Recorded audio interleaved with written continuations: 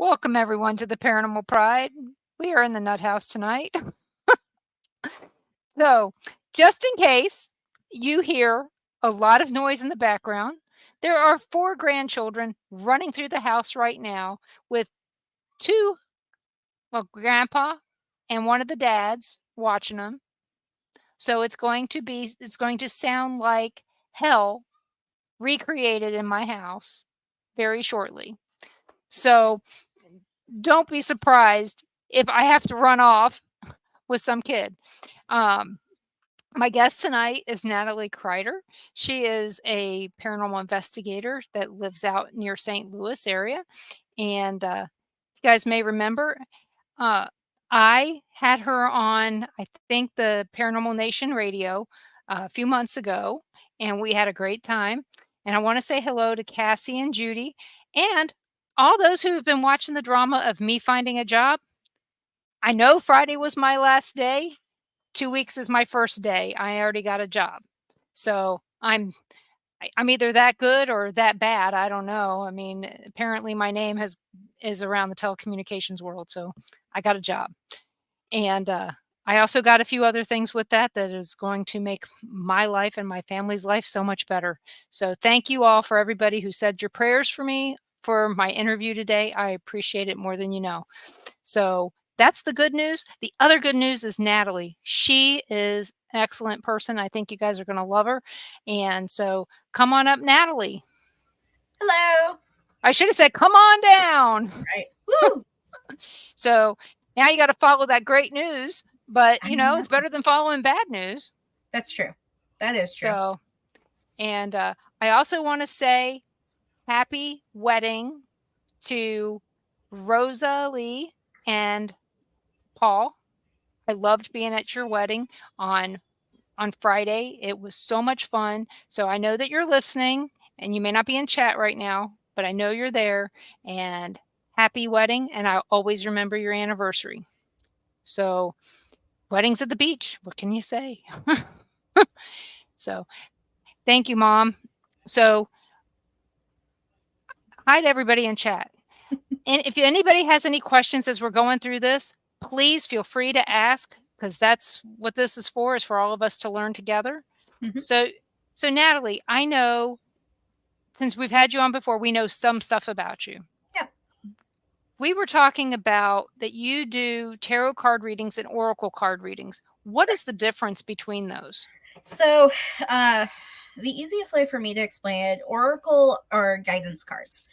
They're very generic in the messages that they give. It doesn't necessarily give specifics or really narrow down necessarily on one particular thing. It's more of something is coming up that you need to be aware of. Just be aware of your surroundings, things like that. Whereas tarot tends to be a little bit more direct. There's a little bit more information as like what factors are affecting what's going on, things are going on that you may not realize right now, the outcome, what's happened, what's currently happening. And it also depends on what kind of spread you do. Because if you do just a single card, whether if it's Oracle or Tarot, it's just a very generic type response. If you do a 3-card spread, it's past, present, and future. And then from there are different layouts, different patterns that you can do. You can do the Celtic cross. You can do a Brit. You can do all kinds of different things. So it depends on the question that's being asked, what you're wanting to know, and just how in depth you'd like it to be. Okay. So what is the reading that's requested by most people? Most people, depending on if they're doing Oracle or Tarot. So Oracle normally is there something that I need to be aware of? Or is there something coming up like I have a job interview, am I going to get it? Kind of thing. Whereas with tarot, it's going to be more of the situation at hand, based on your question. But tarot tends to give you the answers that you need, not necessarily the answers that you want. And that can throw people off when they get their readings because they're expecting lollipops and sunshine, and sometimes it's not. Sometimes you're like, hey, there's a situation coming up. There are people that you think you can trust that you cannot. You need to watch your back. Things are coming down the pipeline, like you need to be aware. Or unfortunately, your relationship is not going the way you want. They are doing something that they shouldn't be, and you need to protect yourself. Those are the kinds of things that sometimes come across in those readings. Sometimes they're good things, like a brand new job, like what you've got going. Other times it can be health complications. It depends on the person and what it is that they're wanting to know. What is the most asked question? At least for you. It's either will I be getting a job or am I going to be in a relationship with someone? I think relationship and love are like the key ones right there. Well, technically, a job is a relationship. True, but most people don't look at it that way. Most people don't look at it that way. But yeah, and that's just it. Like sometimes you can ask a question and the card will come up, and when you first look at it, you're like, oh yeah, this means a relationship with somebody. But in reality, a relationship can be something entirely different. It can be a friendship, it can be a job, a new business venture, it can be various different things depending on what card was drawn. Okay, I've heard that if the card is pulled up upside down, that it means the opposite of So what it it would. can have a reverse meaning. Oracle for me though, it has the same general meaning clear across the board. It doesn't necessarily up or down. Tarot is where you see more of that reversed meaning behind it. Oh, sorry, my cat's trying to knock everything over. So I don't know anything about that. he loves the camera, so he'll be making his way in front here in a minute. One of three will be here shortly, I guarantee it. But when you get a reverse card, it's going to signify different things. It can be you see things one way, but maybe it means the opposite. So normally maybe the card represents wisdom, and in reverse maybe it is hidden factors that you're not aware of currently. So it's not that you're stupid. Yeah. Or ignorant. Yeah. Ignorant. And, that would be more. There are different different meanings for everything. It can be there's a new opportunity coming, or a beginning of a relationship. This is the most common way. There's a beginning of a relationship, a new relationship, but it can also mean the end of a relationship. So the most common card for that would be the death card. People automatically think that when the death card is pulled, that it means you're going to die, and that no, it just means the end. It means the end.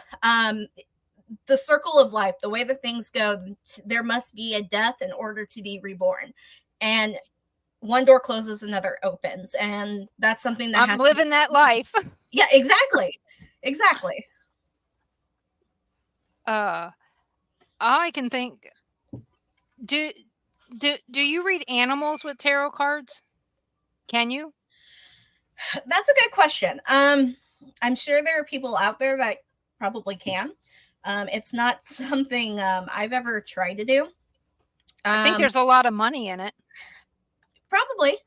Oh, Artemis. Maybe. Hold on. There. Mine looks just like it, and her name is Keela. Is yours a bitch? Is yours a bitch too? Yeah, Artemis is. Hold on. Here, Artie, say hello to the people. There he is.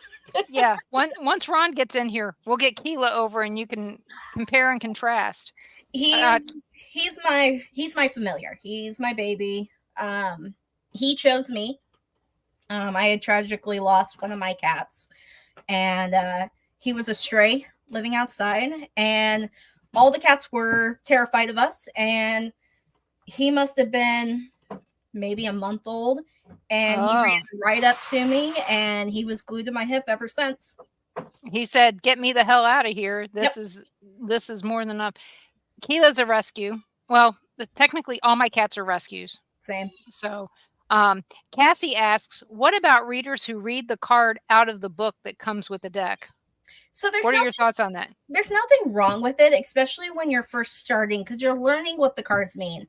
And tarot is a lot more difficult, in my opinion, because there are so many different types of wands, cups, swords, different things like that. And then you've got all the major arcana.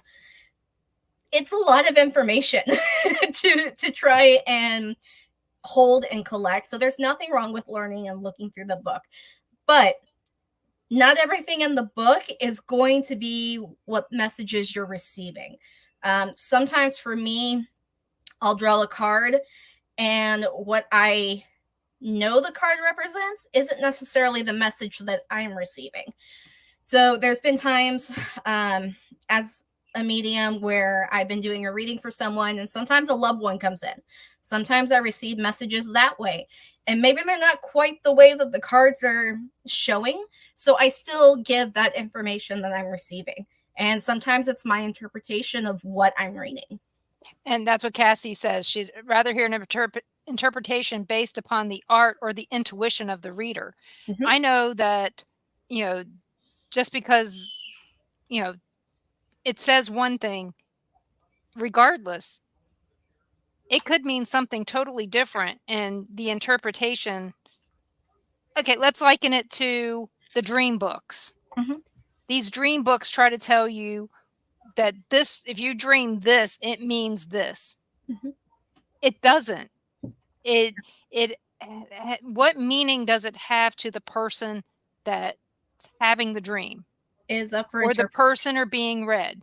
You know, that's where it makes a difference because it has to mean something somewhere to someone. Mm-hmm. Um, is it possible that the reading that you're getting is for the next person that you're supposed to see and not the person who's sitting in front of you? So if you're sitting down, especially if you're doing more of a tapping session in that sense, where you're communicating with the other side in the process of doing this reading, sometimes it is kind of like a crowded room. Different people who want to communicate. So it's really a matter of receiving the information. And that for me, when I'm doing a reading and I'm receiving that, there's a few different things that happen. I have the person in front of me. I have what the cards are saying, but then I also have what I'm receiving.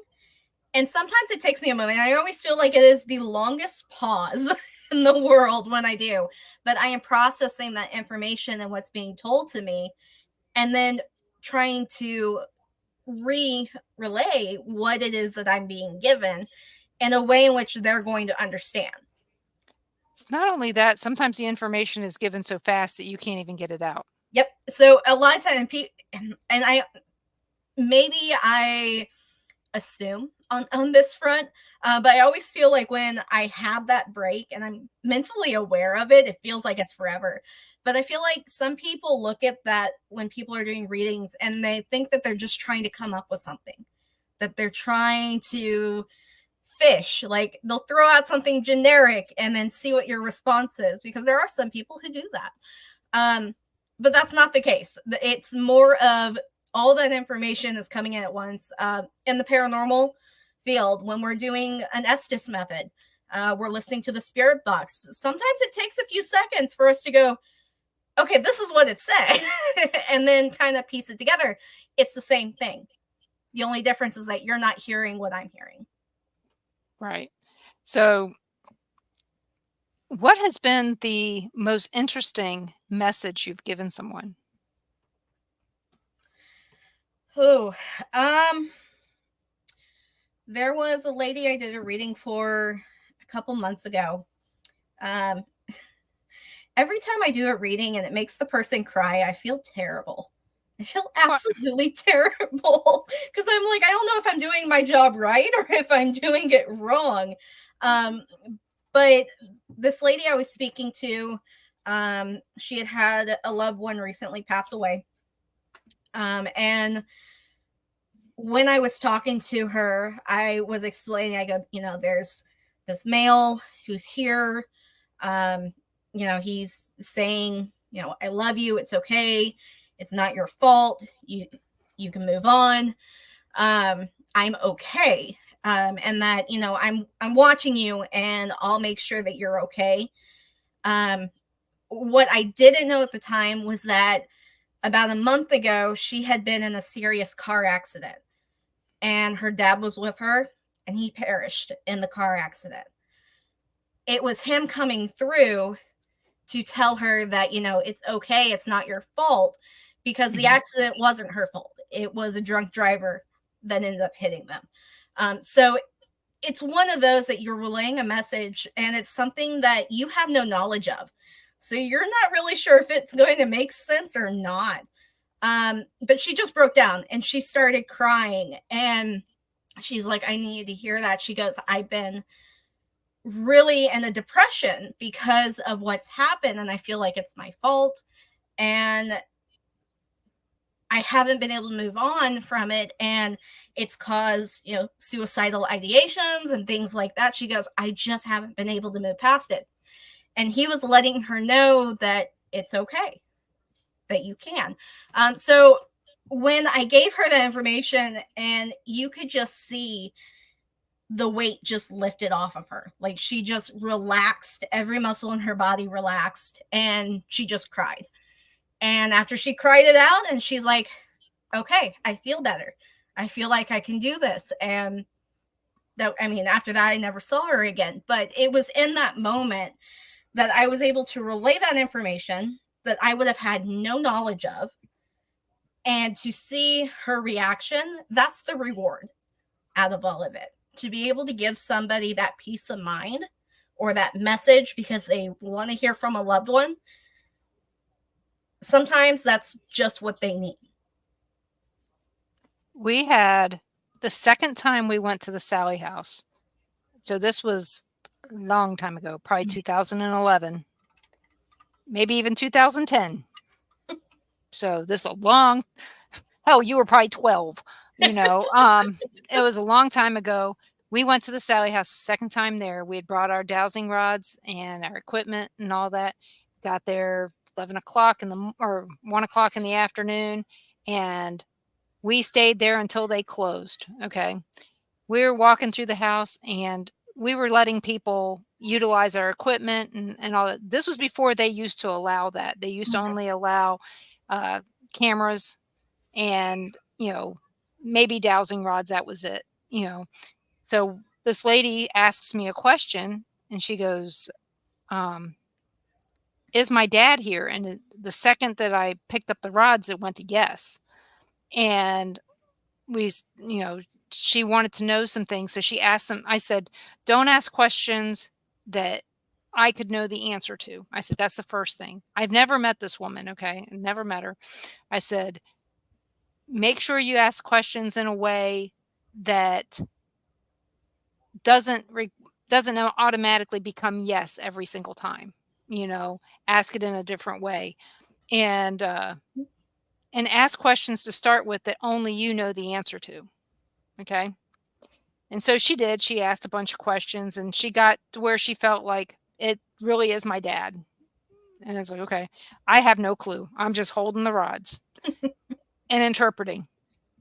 And she said, you know, I didn't want to do it. And he said, yes. Are you mad at me? He said, no.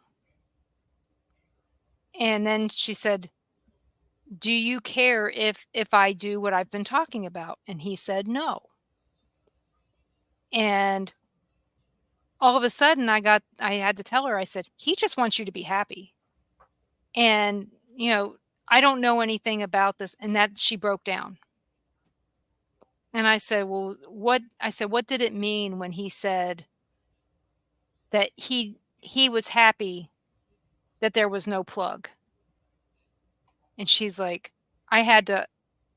"I had to pull the plug. Mhm. It was me. I had to do it." And she goes, "And I felt like I did the wrong thing." And she goes, "But the question that I asked, he he decided that I was right. It was the right thing to do and everything, and it was his memorial that she had asked about, if he was okay with it, and he was. She'd also asked him some questions about where his where his life insurance policy was and all that. Well, I found out a few weeks later her mother worked at the dry cleaners in the town that I worked in. So I stopped in and I checked and I said, "Did she find it?" And she goes, "It was right where you told us he said it was." Mhm. I was like, "Okay." But they left the house crying, and I felt so bad that I knew that I had to find the dry cleaners because all she said was, "I work in the dry cleaners in Gardner, Kansas." Well, there's only so many things in Gardner, Kansas. Right. So and now there's 0 dry cleaners in Gardner, so good luck. But, it happened to be the one behind the Waffle House, which no longer exists. But yeah, I was able to get to her and find out that everything that we'd done was right. And I mean, I just couldn't believe it because, at that point in time, I'm thinking that most of these people that do this stuff, that they're not legitimate. How can you know? And that's when it's like, I've been seeing stuff my entire life, but I hadn't really taken it to the level to where I was reading stuff. I always knew when I was going to get let go. I always knew when something was going to happen in my family. I always knew that somebody had passed before I'm told, Yep. things like that. Always done that, including this last time. I knew I was being let go. I just didn't know when and where it was going to happen. I thought I was going to get called while I was out one time, but still, it is what it is. Um, but yeah, it's kind of weird. And then eh, I don't It's know. not to I say that still don't there's know how not, I feel about it. it's still not to say that there's not a lot of people out there who aren't legit. I mean, anything in the paranormal or really any field of interest, you're going to have people who are authentic and you're going to have people who are not. And the paranormal sees that extremely heavy. You've got investigators who are serious and they're about the science and helping people, and you've got other people that just want the views and ratings. Same thing. It's the same in business. Yep. There's always, okay, everybody's going to love this. It's South Park. They were right. It's always between a douchebag and a turd sandwich. Sometimes you have to figure out which one you're more closely aligned. It goes for presidential elections and sometimes people that you work with. Yep. But there's always at least one of those in every group. So, one of my things is there's always there's never enough Indians and always a lot of chiefs. Oh, And sometimes as a chief, you have to know when to be an Indian. very true. And in the paranormal, everybody wants to be the chief. Yes. And And it can't work. something that I've learned over the years, both as being an Indian and now being a chief, is sometimes, even though you're the one that's in charge and the one that's calling the shot, sometimes you need to listen to the Indians because they're going to see things from an entirely different perspective. And when you're somebody who is always in control and always calling the shots, and it's exactly what you want when you say it is, and not stopping to take the time to listen, especially if you're a team, um, can really affect the way that things work. And that's something for me, even I've been having to learn, is not being impulsive on decision Hmm. making and being more inclusive. Hmm. And that, I mean, a smart leader surrounds themselves with smart people. Mhm. And sometimes people who don't see things exactly the way that they see it. That way you get diversity of opinion and diversity of result. Mhm. So, see, why do you think I got rehired already? I'm smarter than I look. Right, Um, right. And April, without she my makes a team, really good point here. go ahead. Go ahead. No, go ahead. Without your Okay. team. No, without my team, there's a lot of things that wouldn't have been accomplished.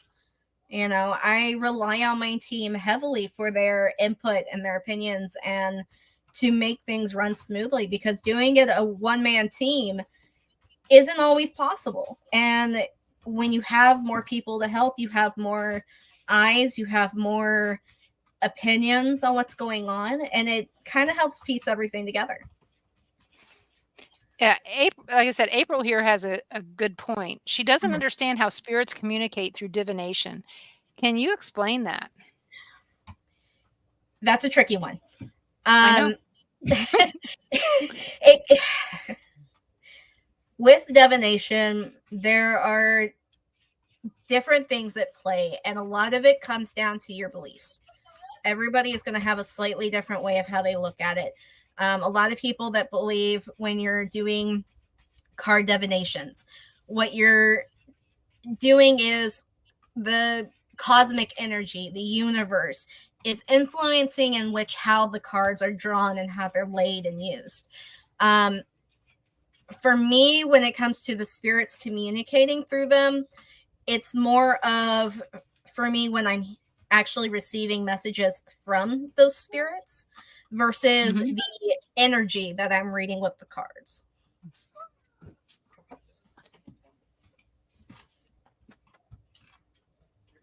Oh, hold on one second. He's doing DoorDash. Okay. Uh, which is why they're all here. No, timing was horrible on this, but It's so fine. hey there, Crystal. It's good to see you. Um, Yeah, I think it's the yeah. energy that we read from the cards. When it comes to the spirits communicating, it's the messages that are being imparted through us and to us, not necessarily the cards themselves. So as you can all see, I have helpers tonight. That is little Nolan back there. He is my little grandson Hellraiser. His favorite character is Chucky. I I now have a know life why. size Chucky doll and Tiffany doll on my front porch from Halloween right now. We have a 3-foot Jack Skellington. No. Um, Ruby's birthday is next Saturday. This Saturday he'll be 6. So we're having a birthday party on Saturday with No. Jack Skellington. And so, question for you: Nightmare Before Christmas movie or Halloween movie? Technically, it's both, but I claim it as a Halloween movie. Okay. It's both, I but I I'm, just said I told Ron not to put Jack Skellington up because he can go from Halloween through to New Year's.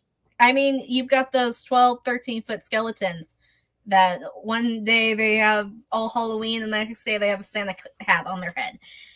Anything can be made into a different holiday, but technically, Nightmare Before Christmas, the universe in which it's created, has Thanksgiving, has Christmas, has Easter, because when you get to the doors that lead to Christmas, they also have the other holidays. So technically, the universe is all of those holidays, but most known for the Christmas and Halloween.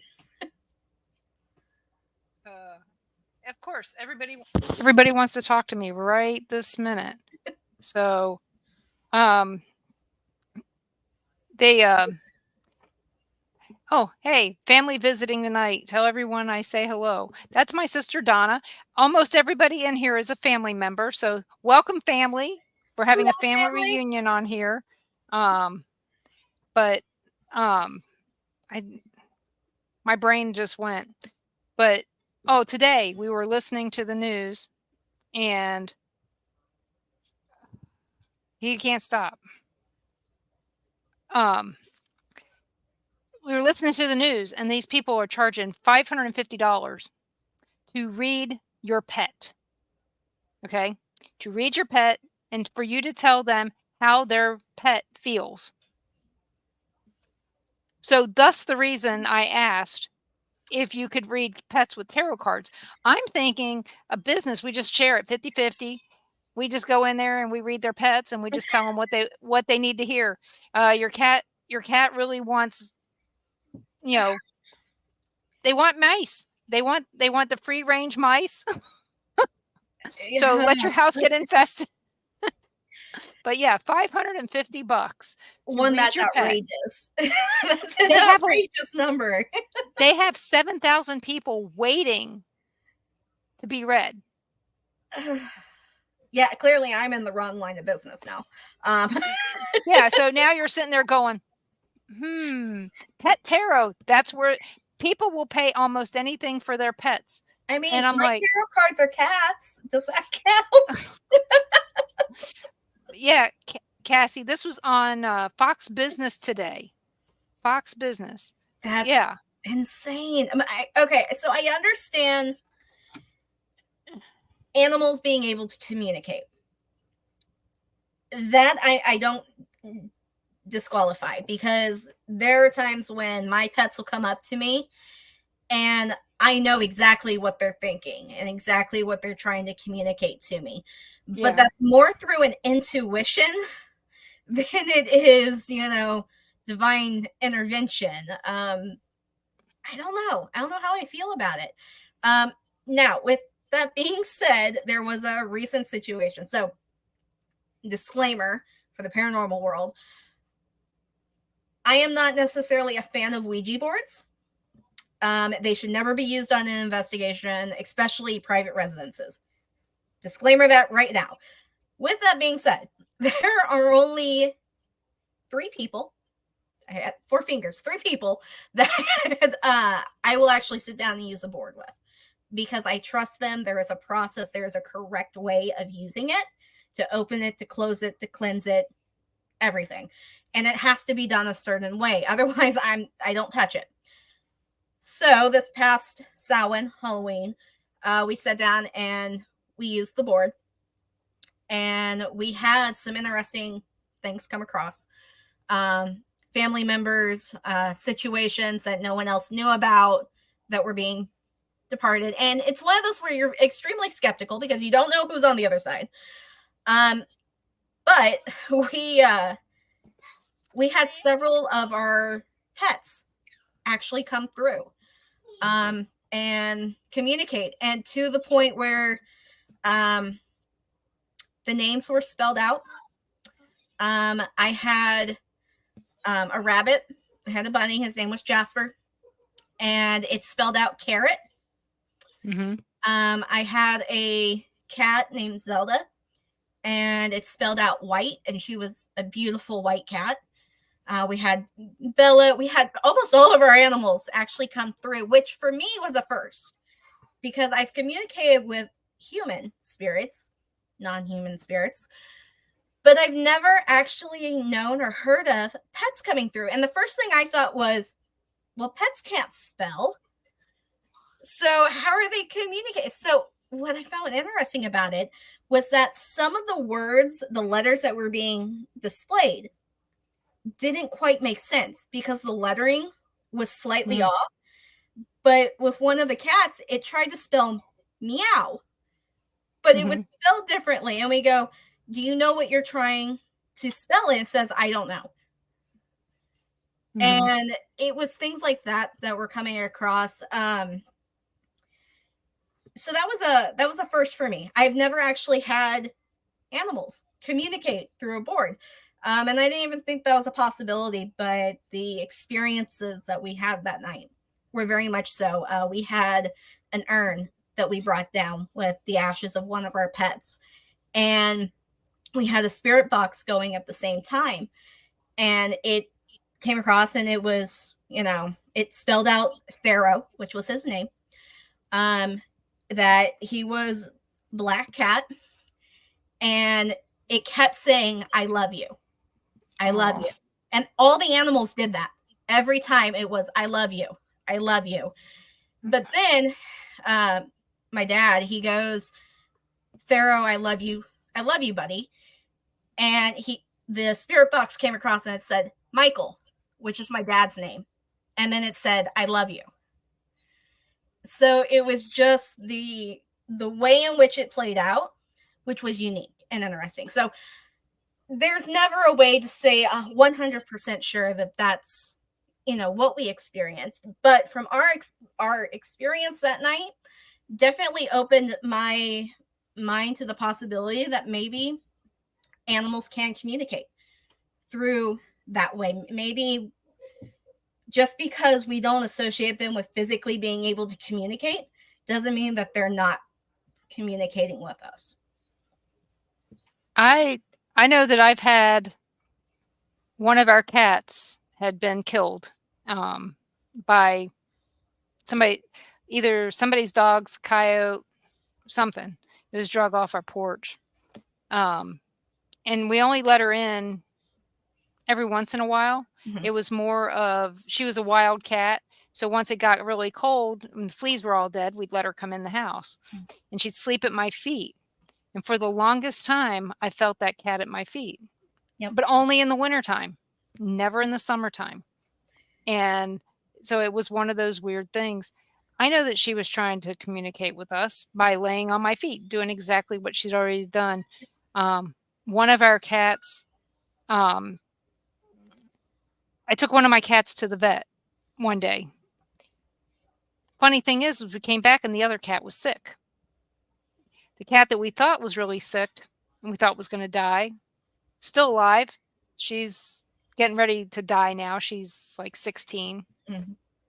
But that cat, as soon as we came home, we noticed something was wrong.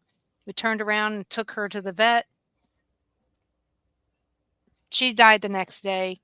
But what was funny is after we got home, all the animals, we had a dog and two other cats in the house. They all came up to me and sat with me when I came home. Not only that, I heard her meow. Mhm. She wasn't there. I didn't bring home her ashes. I couldn't, I mean, it was bad enough I had to make this horrible decision. Right. Um, so it is what it is what it is. And Cassie, we experienced ca- uh, ghost cats at the Sally house in the kitchen. You could see this cat. You could see this woman's dress move like a cat tail. You know how dresses flow, and the cat tail when they're walking by, they always put their tail up. You could see her dress move from the tail of the cat. We Um, we had two cats, and we had gone on vacation for a few days. We had somebody house sitting for us, and long story short, the cats ended up getting brutally killed oh, in the house. It was 3 days before we were able to get home, and the individuals that were there didn't bother to clean anything up. So it was a very traumatic situation to come home to.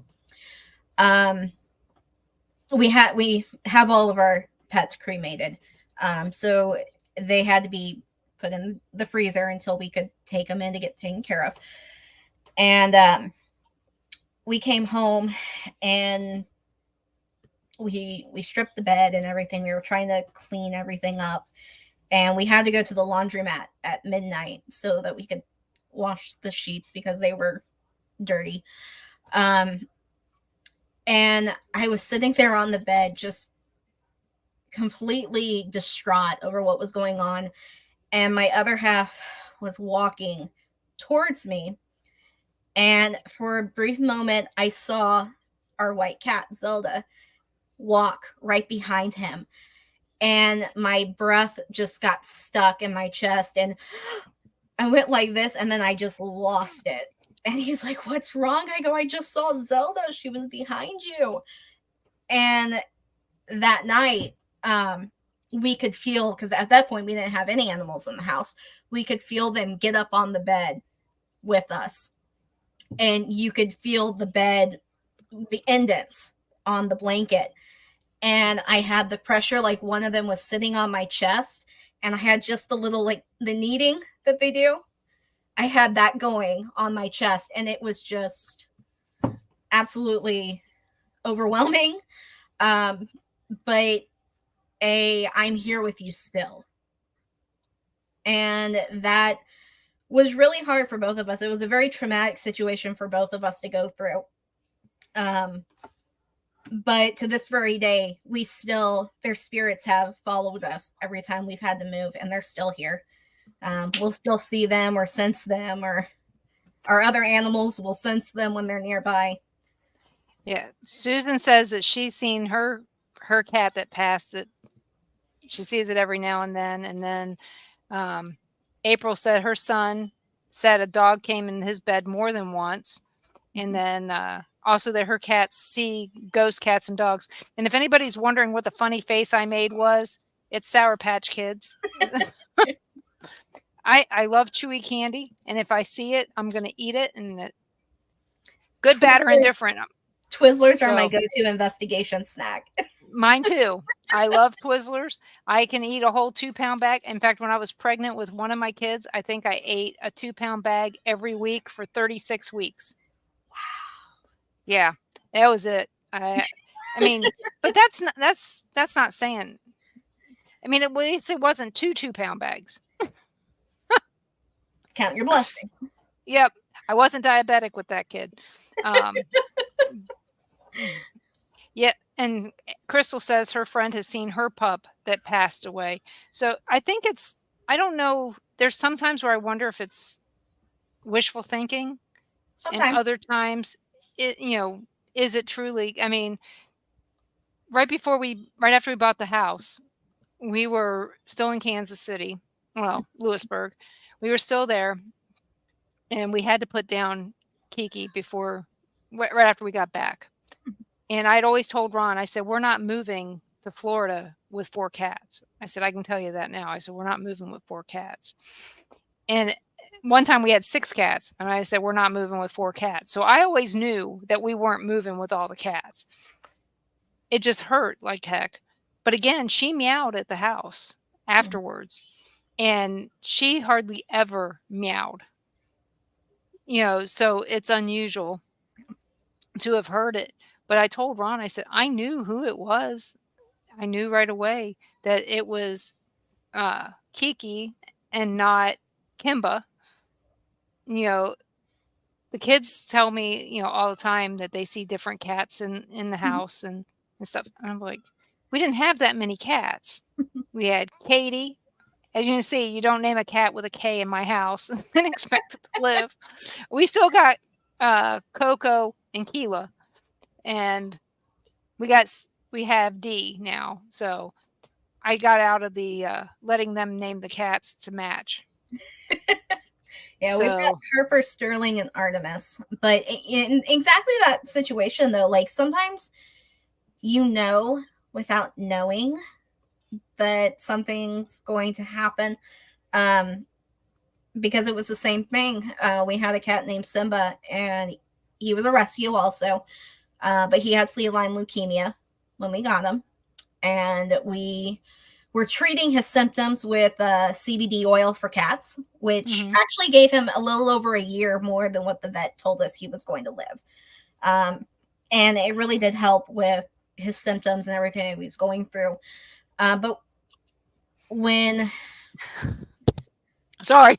No, you're good. When we were living in our old place there in Kansas, he went downhill pretty quick. And that was my other house baby. That was his cat. And that was a really hard experience. But it actually worked out in the end because that's how Artemis came into the picture for me. But because of my medical conditions and stuff like that, Artemis is actually registered as an ESA, an emotional support animal. Yeah. We weren't able to do that with the others. And when we moved, that was the only thing that allowed us to be able to bring all 3 of our cats, because they would allow 2, but Artemis was the 3rd. But because of his license and the medical documents from my physicians stating that he was in fact used for my health, we were able to get past that, and he was actually able to come with us. But had we had Simba, we never would have been accepted into where we're living now. So see, you said Simba, I had Kimba. Yep. Yours is because of the Lion King. Mine was because of Kimba the White Lion. It was a cartoon when I was growing up, which the Lion King is based on that story. that on the same story, but mine was in the 60s. So Sterling, like the fish, Sterling, um, he has a sibling named BT, which stands for Big Tuna. And I'm like, why are we naming cats after fish? Why? My kid's dog, his name is Tuna. He's here. Um, and then his sister's name is Peach, as in Princess Peach Yep. from Mario Brothers. We have And all the Harper. puppies, yeah, all the puppies that they had got named something with food. Harper, which is Sterling's mom.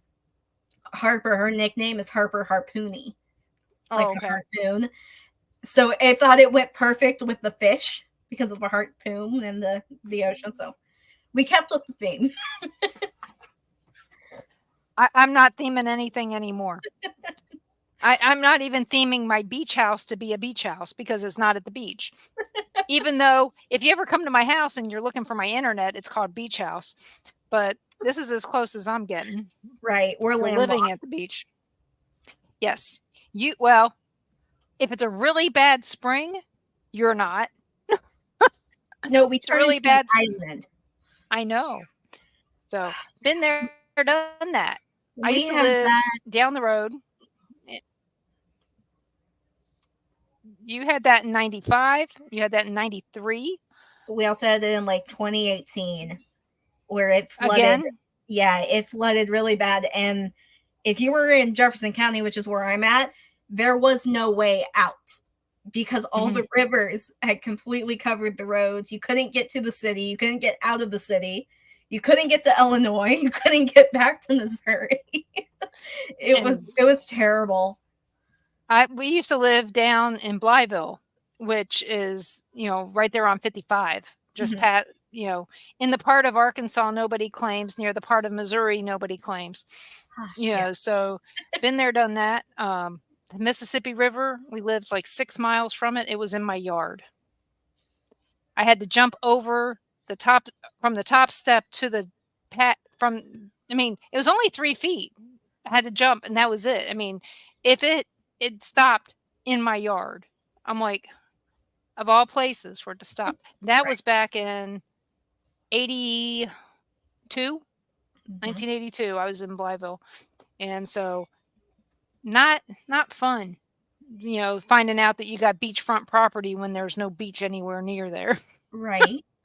Right. So, um Did you did you experience any, bad weather like that in Topeka?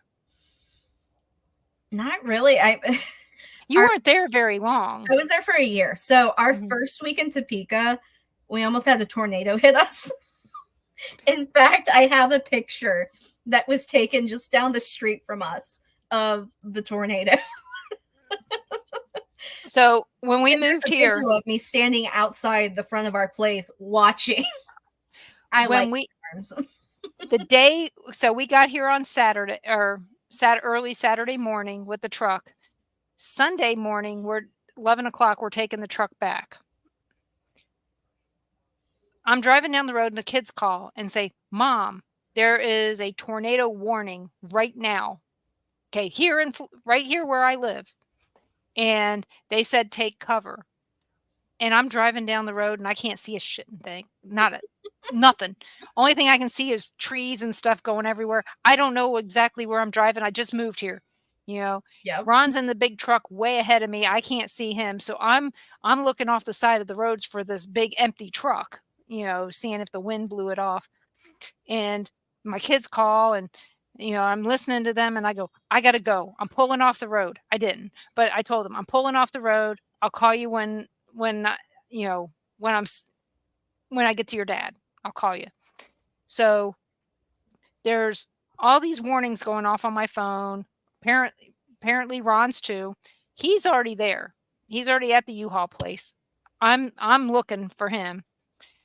And as I'm driving down the road and it's like left leave effing Kansas because of tornadoes and all this other crap and I get stuck in a damn tornado in Florida.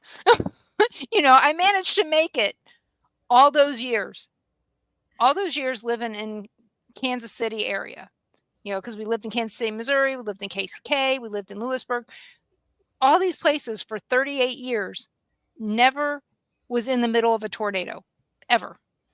And as I'm driving through all this stuff, I'm watching trees and stuff fly past me and all. And, yeah, I should be calm, but I wasn't. I had driven through a couple tornadoes in the past, but didn't know they were tornadoes until later, which makes a difference. So when we moved to Kansas, there was a tornado that first week. The day we moved and we're in the middle of unloading, a tornado came through. We had just gotten the last bit of the stuff inside, and the tornado came through. A week later, we had 3 tornadoes touch down in the area and flip a semi truck in front of my work on the highway. And was that in Topeka or was that in here in St. Louis? Yep. We had one in Peevely, one up in St. Louis, and then one in Hillsboro that hit. And the one in Peevely is where I was working at the time, and it flipped the semi truck right in front of work. Yeah, I remember seeing that you moved. I was like, I told Ron, I said, I wish we could help, but we can't. And right. I don't remember when it was that you moved. We moved in April. That's why we were here. Yep. We didn't move here yet. That's when we bought the house here in April. So you moved right around Easter. Yep. Yeah, we let's see. April 1st. We left technically on the 31st of March, but April 1st is when we moved into the new place. So it was a week before. So yeah, we were getting ready to leave. Yep. To come here to look for houses. Yep. As you can see, we found one. Right. Yeah. We did too.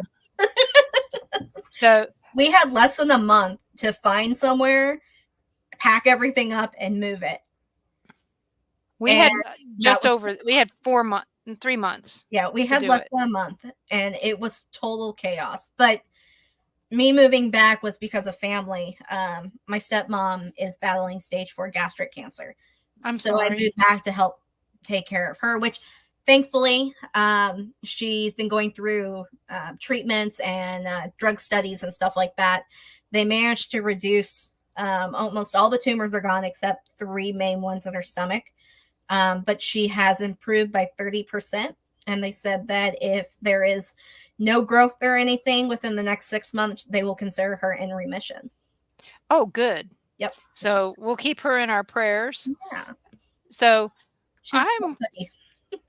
she's the reason I'm in all this. She's the one that taught me everything I know when it comes to the paranormal. So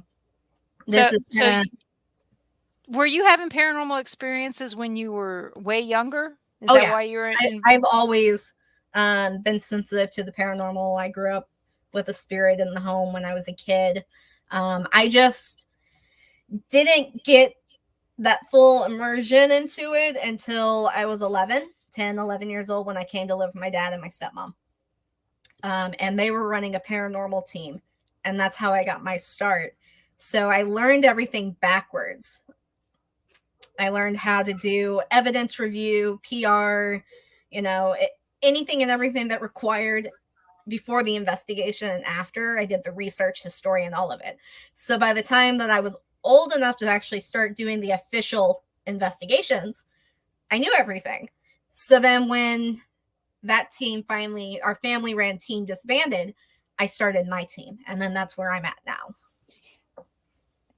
Hey, Carl, can you take over for a few minutes? Thank you. Carl's going to come in and he's going to ask some questions, and I will be right back. I promise. Okay. Let's see. So you started your own paranormal team. Correct. And everything. How long ago was this? 2014. 2014. And how many members are on your team? We have 7 currently. Most of them are here in Missouri. 2 of them are in Wichita, Kansas. Good. So, see if Denise is back yet. Nope. She's off to running again. Well, that's great. Away, Carl. Yeah, I know. So, with your paranormal team, do you go to haunted locations or do you mainly do private investigations? We do both, though mostly we focus on private resident cases. Currently, we're working two of them right now. So those are ongoing investigations right now. Awesome. Awesome. Now, how often do your team members from Wichita get down to you? With enough planning, they can be here usually within like 48 hours.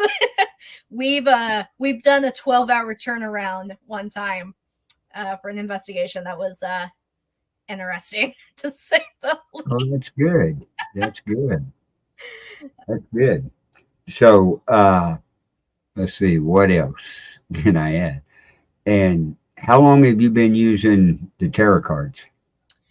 So I was 13 when I got my first Oracle deck.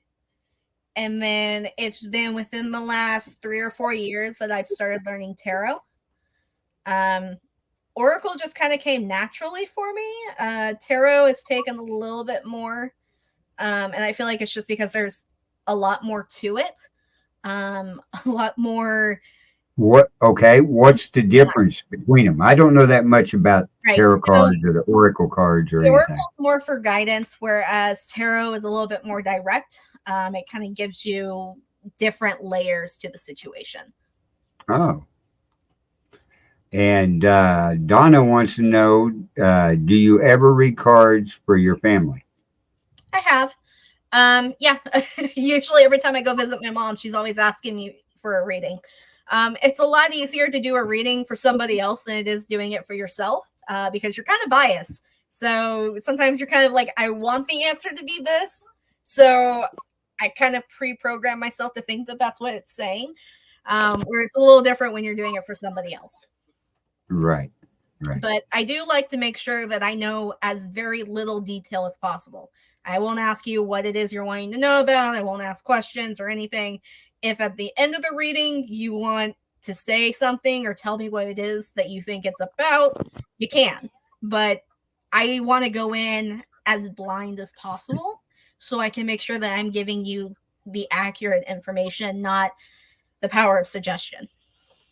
Okay, so I understand correctly what you're saying is if I'm a customer and come up to you Mhm. and I have a question for you, I don't ask it, I just have you do the reading. So, Is that correct? sort of. So, what you'll do is you'll take the deck of cards and you will shuffle them while you think about whatever it is that you're wanting to know about, whatever your intent is. And then when you're done, we have what's called cutting the deck. So you can Right. cut the deck in different pieces and then you restack them in whatever order you think is right. Then you hand me the cards. And from there, I will do my spread. So you never know what I'm thinking, the Correct. question I am until after. Oh, Yep. okay. That's Some people interesting. feel like they want to tell me right off the back. And I mean, I can't stop you, but I try Right. to. Well, most people come up and go, okay, I want to know, am I going to be a millionaire in a year, Right, or something along right, that line right. and stuff. But I no, try to that's go in. interesting that you don't have them ask you the question and you go through it. Correct. That is interesting. Mhm. And and even with rings like this, like I told Denise, I do a reading for her. Doing them virtually is still an option as well. Even though you're not physically putting the energy into them, I am putting my energy into it, and I am doing the energy work for that person, and then able to do the spread that way. So being able to Hmm. do it both ways. Everyone has a slightly different opinion on if that's accurate or not.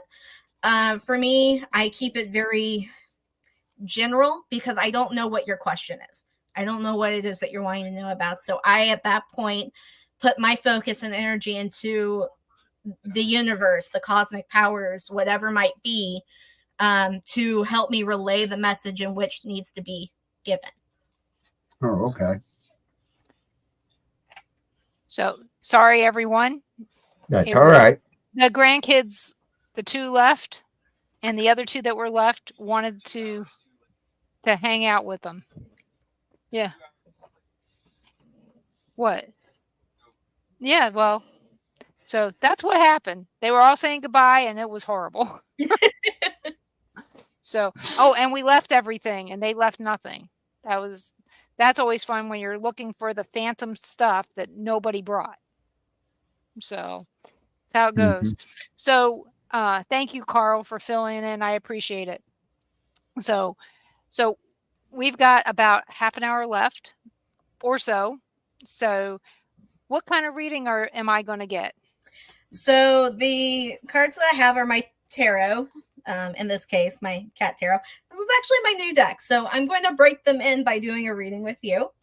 So I'll feel special. I'm gonna move my keyboard though because it's gonna get in the way. Yeah. Hey, Donna, I'll get back to your question here in a minute.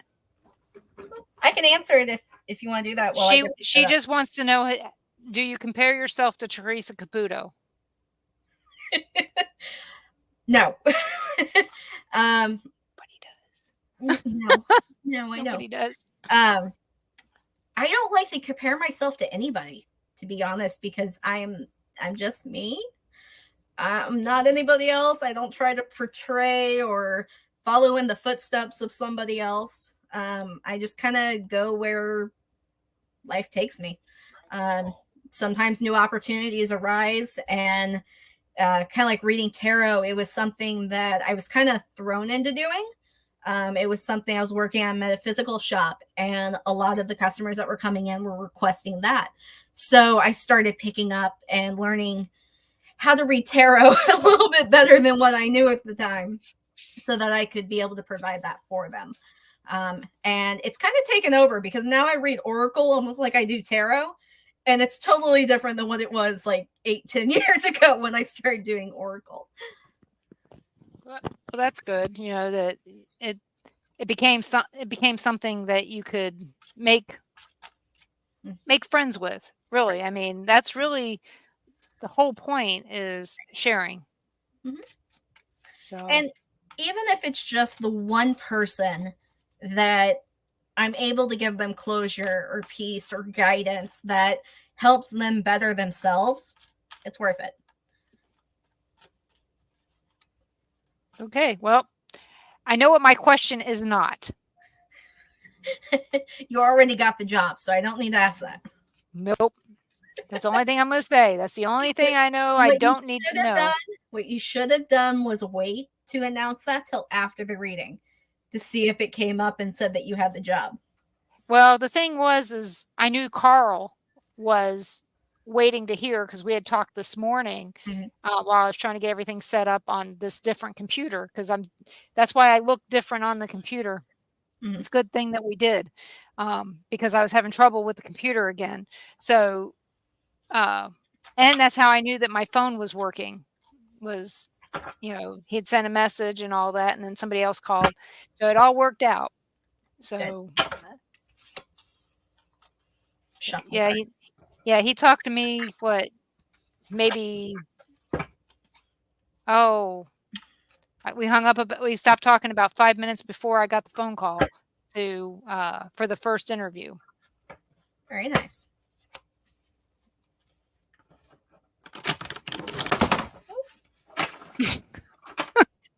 My keyboard fell. Okay. All right, so are you wishing for a single card, 3-card, full spread? You tell me. You do what you want to do. It's the same thing I tell my hairdresser. I have no clue. You just you figure it out. The pressure is on. All right. Thank you, Donna. All right.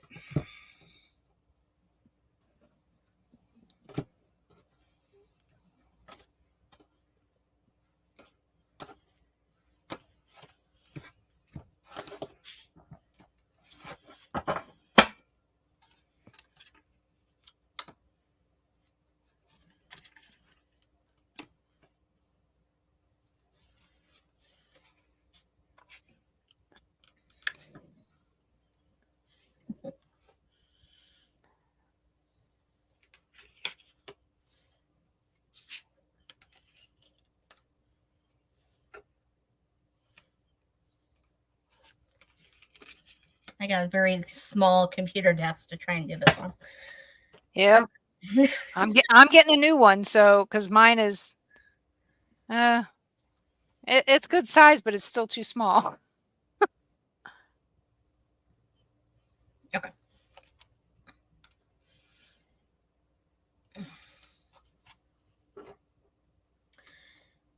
All right. So I did past, present, future, 3-card draw, and then I drew 3 extras for a little bit more information. So we'll see how this one goes. All right. So the first card that was pulled for your past, got to be able to hold this where people can actually see it. The Page of Wands. So this is referring to your most recent past. And this is surprises, new information and opportunities coming your way, which I'm pretty sure we already know what that's about. Let's see, which one is this? This is, okay. So this one is this is your present. And this one is embracing new opportunities that have, I can't help what they're saying. New opportunities that are coming to you, that it's okay to embrace them, that it's okay to accept what is coming your way, that it is to better yourself in the long run. The Knight of Wands, though, is your near future. Don't get caught up in your head in the clouds, because it's easy to get wrapped up of, oh, yay, I've got something new and it's going to give me opportunities and I'm going to be able to do this. And you need to be able to stay grounded and bring yourself down. It's okay to daydream, but be realistic about it at the same time. The King of Pentacles. Try so you can see this. Yeah, an orange cat. Yes, orange cat. Don't overspend. Just because you have money coming in, do not be making any fast investments. Do not do the splurging like, oh, let's go out to eat. Let's go do this. Let's do that. I have him. That's not going to happen. Be wise about how you're investing in Yeah, things. we're not splurgers anyway, so that's good.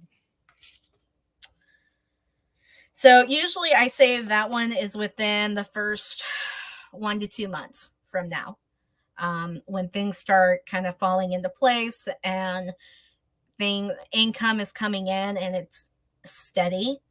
Don't overindulge. Just be mindful of how you're doing things.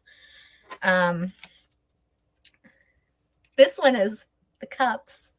2, 3, 4, 6 of cups. This one's the 6 of cups. So the cups represent emotions. So with this one, it's easy for your emotions to run high sometimes.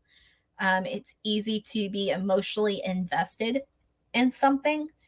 And in this case, wisdom and knowing how things turn out, knowing the pattern that keeps repeating itself, don't get caught up in it. Be able to keep your mind clear, your emotions in check, because something new is great, but what goes up must come down. And then the Ace of Pentacles. This one is about accepting what is being given to you.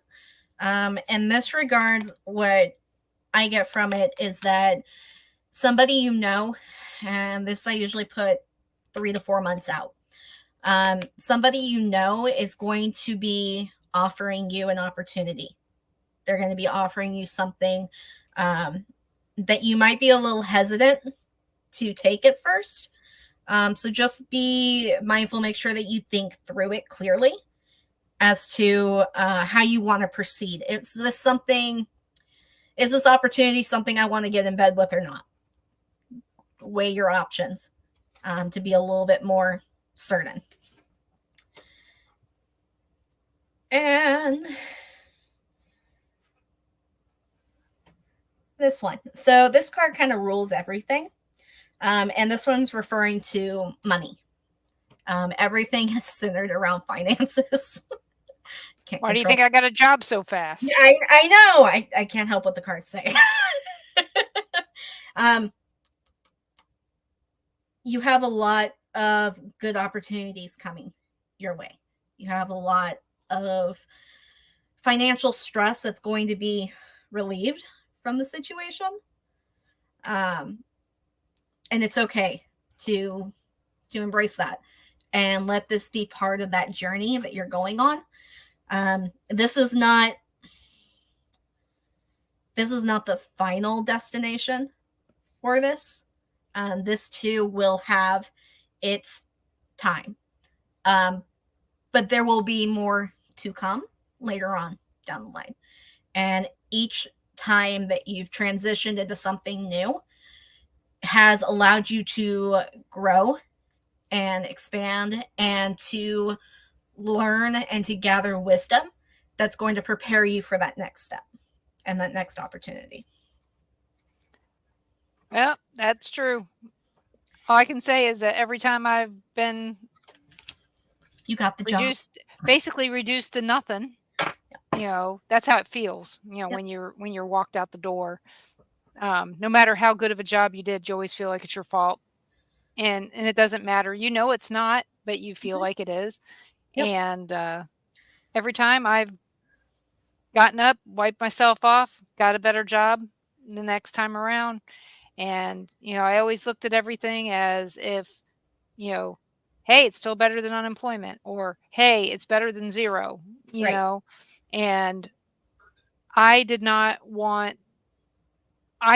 count on calling somebody last Wednesday. Well, I guess a week ago Wednesday, and then finding out that I got the job today. I didn't expect to be told during the interview that I was hired.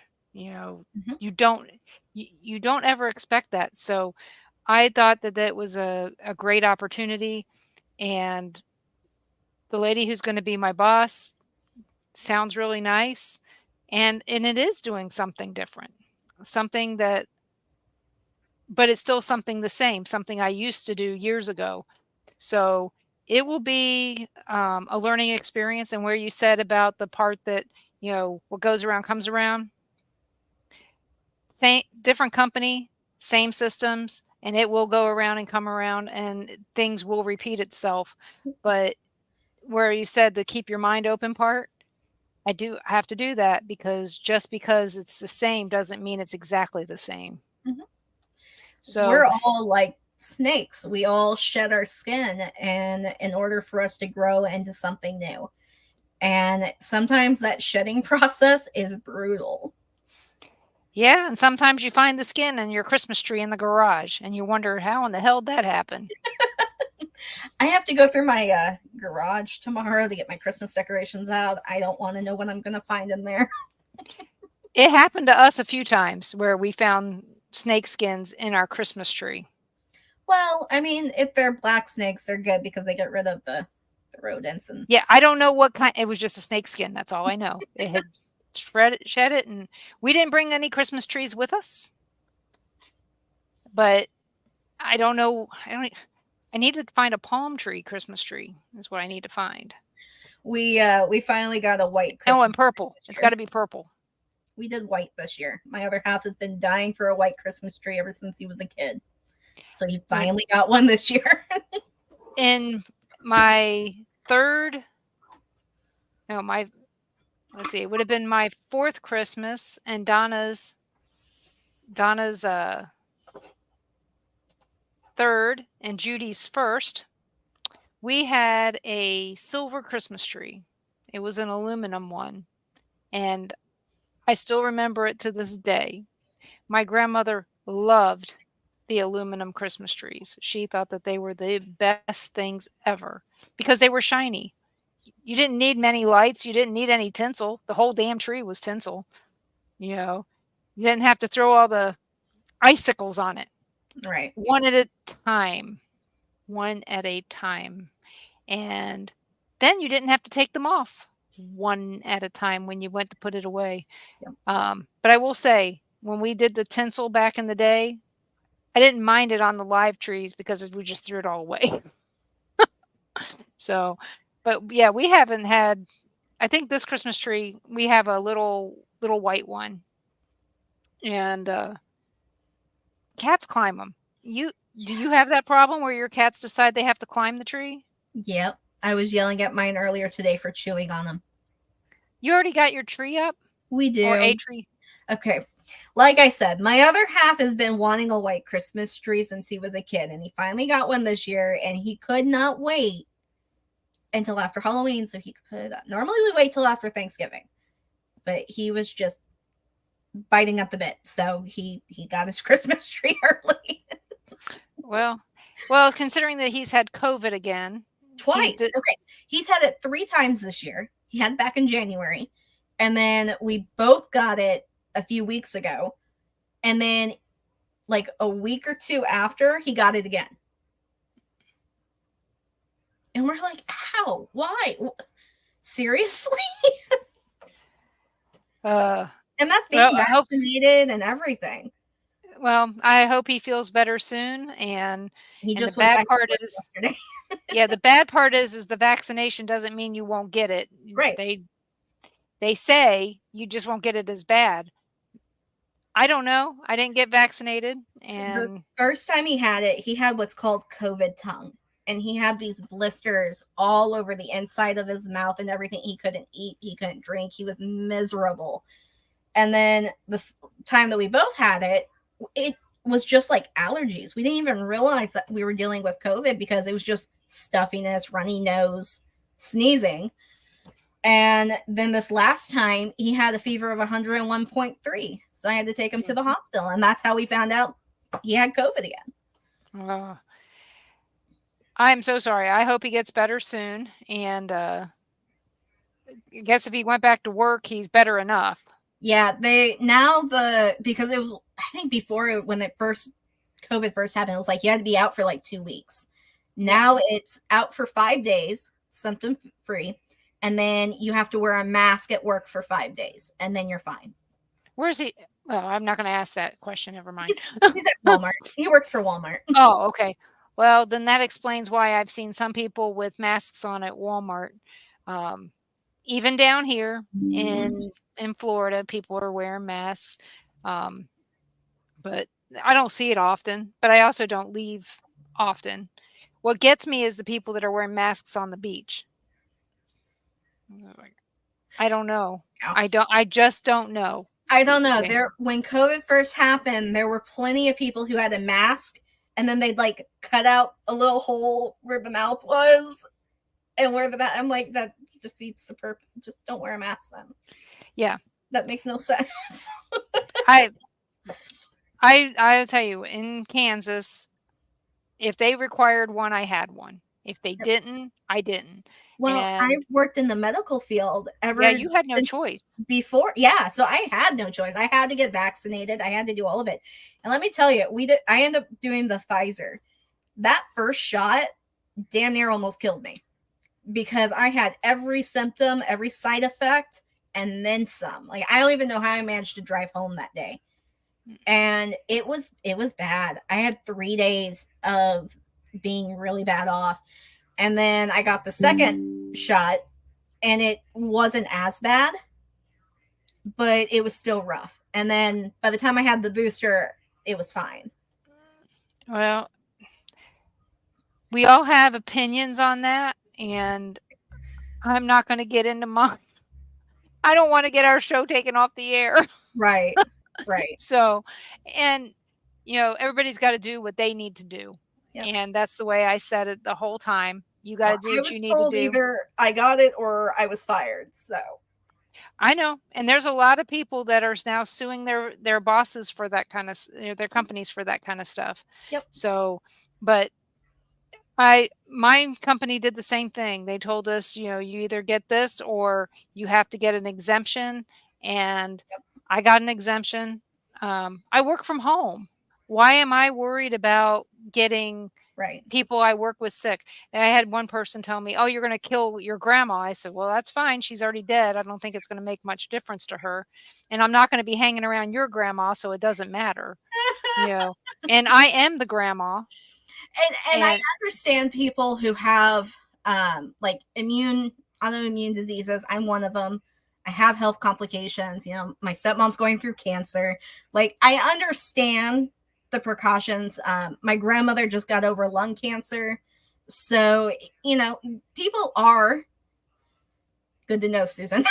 There are, some things I understand, but it's no different than if you have the flu or anything like that. Like, any respiratory illness mhm, can put anybody at jeopardy. yeah. And it doesn't even matter if it was, you know, my we had people ask me, "Why aren't you getting the shot?" I said, "I have a heart condition." My my cardiologist said, "I don't think you should." But my pulmonologist kept yelling at me and saying, "You need to get this shot. You need to get this shot." I said, "You know what? Both things could kill me, but my heart will kill me faster." Mhm. I My said, other "I half, get this shot. I'm guaranteed."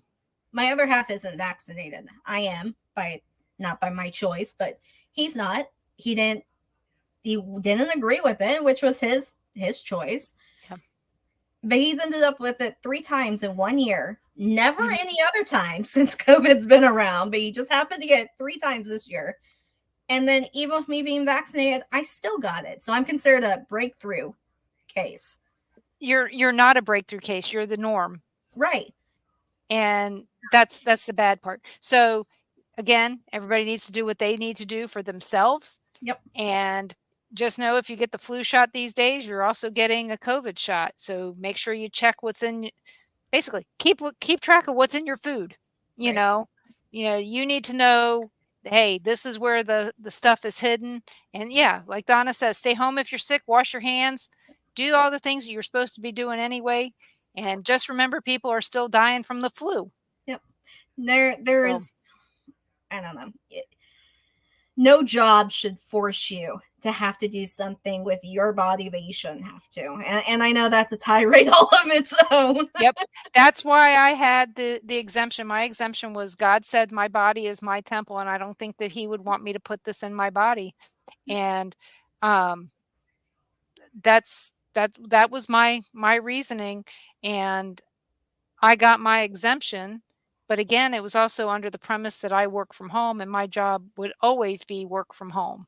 Right. So, I wasn't putting anybody in danger, Right. and so but on top of all that, we during COVID, okay, did you investigate during COVID? Yes and no. Yes and no. It declined rapidly from doing investigations. We were very limited on what we did. The amount of people that we had going on investigations. Now, if it was outdoors, didn't Mhm. matter. You could safely distance yourself from everybody outside. But if we did like a private case, we kept in mind, we wore masks to, make sure that the client was satisfied. There wasn't any risk there. Um, the amount of hand sanitizer was ridiculous. But you do what you have to. It's a job, and if you're trying to help a client, the last thing I want to do is, one, to put their health at risk, but two, I don't. If you're going through something paranormal and it's to the point where you're having to live in your garage or you're having to live in a hotel because you can't be in your own home, I'm not waiting for COVID to disappear before coming in and helping you. Yeah. If I have to have you removed from the home so that I can then go in and do my job, then I'll do it that way. But we do try and make sure that we take every precaution we can. And now things are becoming a little bit more relaxed. So we're not having to worry about that quite as much anymore. So, did you think that during COVID there was more or less paranormal activity being reported? To be honest, I don't think there was a change, at least not on my end. Okay. I Because I know think, that for a lot of people, they just realized their homes were haunted when they were in their homes more often. yeah, I think the reaching out for help increased, but the amount of activity that was already going on, I don't think changed. I think people were just more subconscious about it. Well, I am going to thank you so much for coming on the show tonight. It was so much fun catching up with you. And I am so happy that you got moved safely back in May. And hopefully, the next time we're in St. Louis, we can ring you up because we will Absolutely. be coming back to St. Louis at some point since Ron's family still lives there. They didn't all move with us. Right. And so, Donna, there is no room at the inn. Not here. Still too many people in my house. But I'd like to thank everybody for listening and asking Yes. questions and being here tonight. And I hope you guys will all join us tomorrow night at 5 p.m. Central on Paranormal Nation Radio, Not So Normal, right here on Born TV, on Facebook, on Rumble, on wherever it is that we're going to be presenting. So make sure you guys check it out. Join us here next Monday at 7 p.m. Central for Paranormal Pride Radio. I'm not sure if the Paranormal Pride's actually going to have a show next week because of the holiday and my son-in-law's traveling. So we will figure it out, but we'll let you know. So see you guys all later. And thank you, Natalie. Would you like to tell everybody where they can find you before we say goodbye? Uh, Facebook's the main one for everybody to find us. We've got a website, but you can just search for Darkly Obscured Paranormal Investigations. We have a TikTok, we've got Facebook, we have YouTube. You can usually find us across any of those platforms. And yes, Donna, tomorrow on Facebook, on Paranormal Nation Radio on Facebook, or Paranormal Nation Radio, Born, which is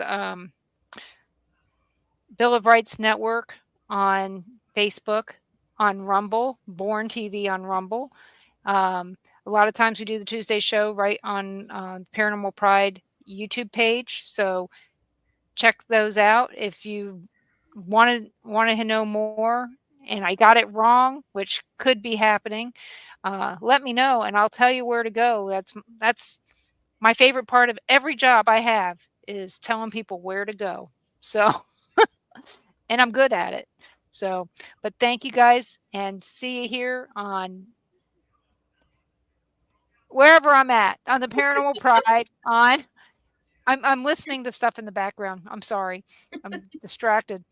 Paranormal Pride Radio, as well as Bill of Rights Network. We are so glad you came tonight and see you soon. Bye, everyone.